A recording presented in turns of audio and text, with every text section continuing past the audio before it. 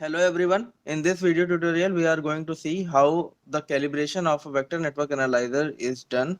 This is a vector network analyzer from Agilent Technologies, which is now Keysight Technologies. This particular vector network analyzer can do the measurements up to 14 gigahertz. Here you can see the display of the vector network analyzer. The x-axis is the frequency axis and the y-axis is the S parameters, which are chosen on the scale of dB at this point of time, as you can see.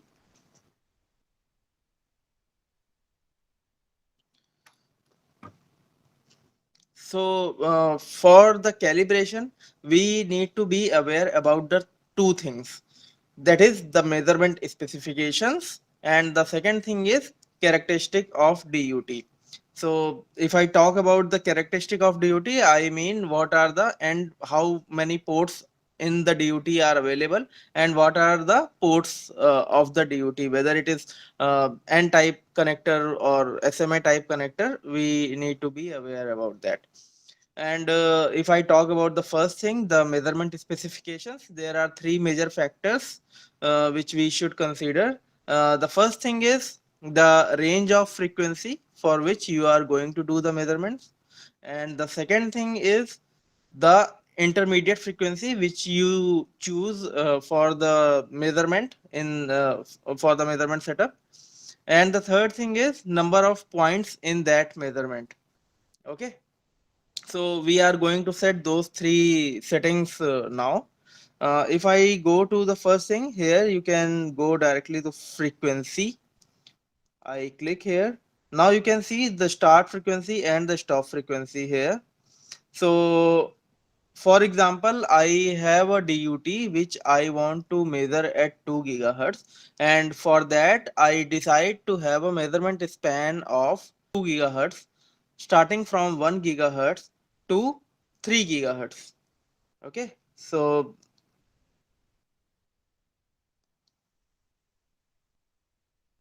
1 gigahertz stop frequency, 3 gigahertz, and our measurement frequency is 2 gigahertz. So that will be the center frequency automatically. You can also select this span from this by selecting the center frequency and the frequency span.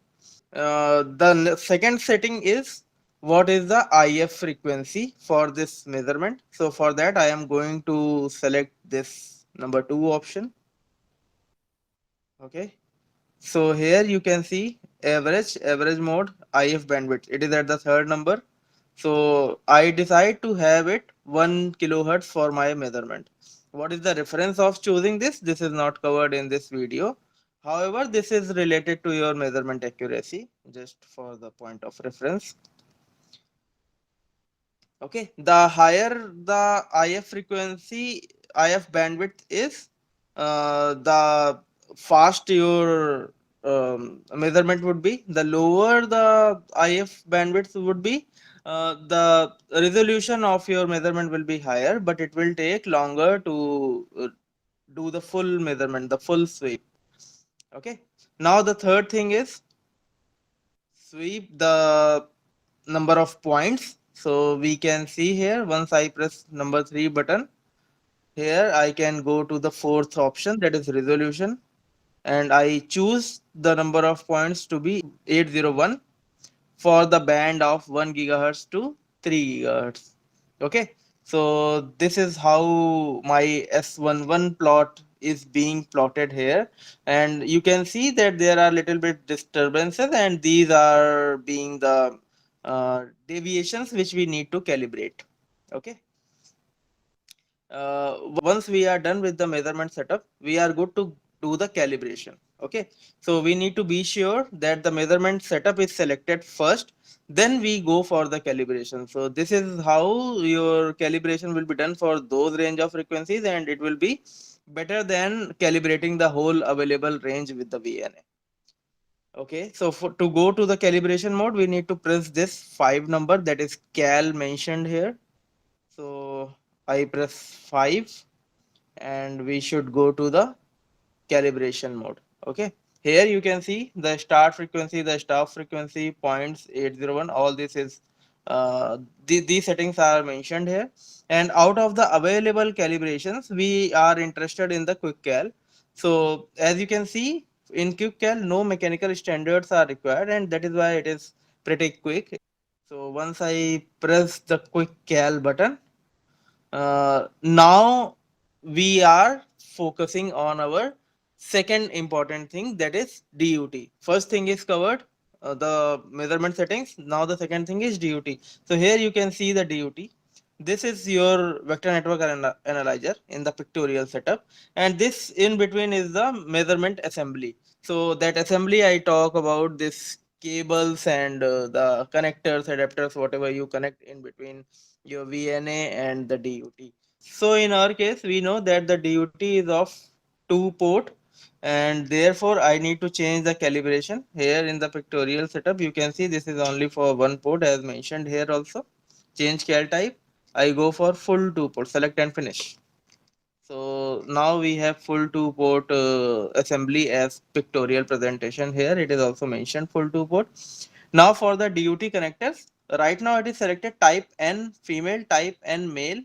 So if you want to change it, you can change the connectors from here. For example, I do type N. Here you also get the option to change the gender. So you should be aware about the DUT gender also. So I am changing that gender. So now it is male. And in our DUT it is female. So I'll get it to female. Okay, next port. So this you can see here, this is for the first port.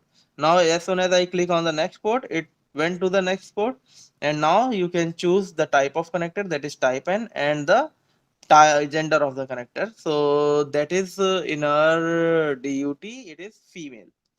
So now again female, finish. So you can see both the DUT ports are N type female, N type female. Okay, so this is how I have done the settings here based on the information available on DUT. So these are the cables which we will use for the calibration purpose. So here this has N type port at its end. So this male port is compatible with the VNA 50 ohm port. So we need to have a male connector to connect this to this female connector. Here you can see. So the other end we are going to use this cable which will be connected to the DUT. Okay, now let me connect the cables. Okay, so once we are done with the connection, we need to ensure with the torque wrench whether it's connected properly. So yeah, it is done. Now we will move to next step, that says start calibration. Okay, just pressing it, we will see how it goes step by step. Okay, so it is the cal wizard. We are into the step 1. It says leave port 1 open, leave port 2 open. So this means where you are going to connect your DUT, leave those ports open. Okay, all the cable assembly must be connected. Then I am going to click measure. It will measure this standard. So measure.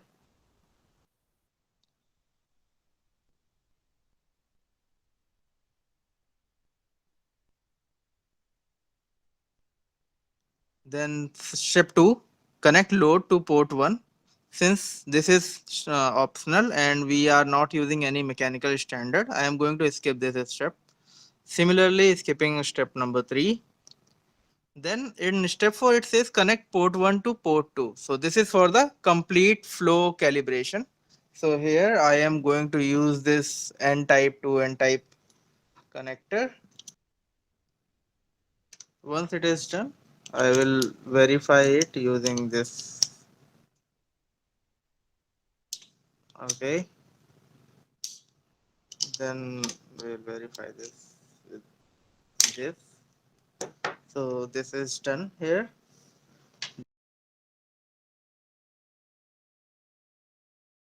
and then we are going to measure.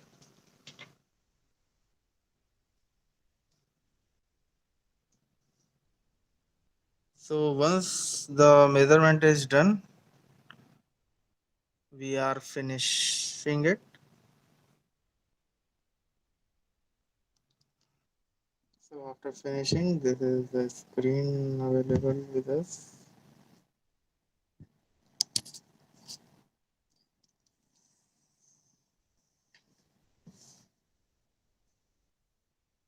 So this completes the calibration process, and now we can remove this connector which was connecting these cables as a through and connect a DUT for the measurements.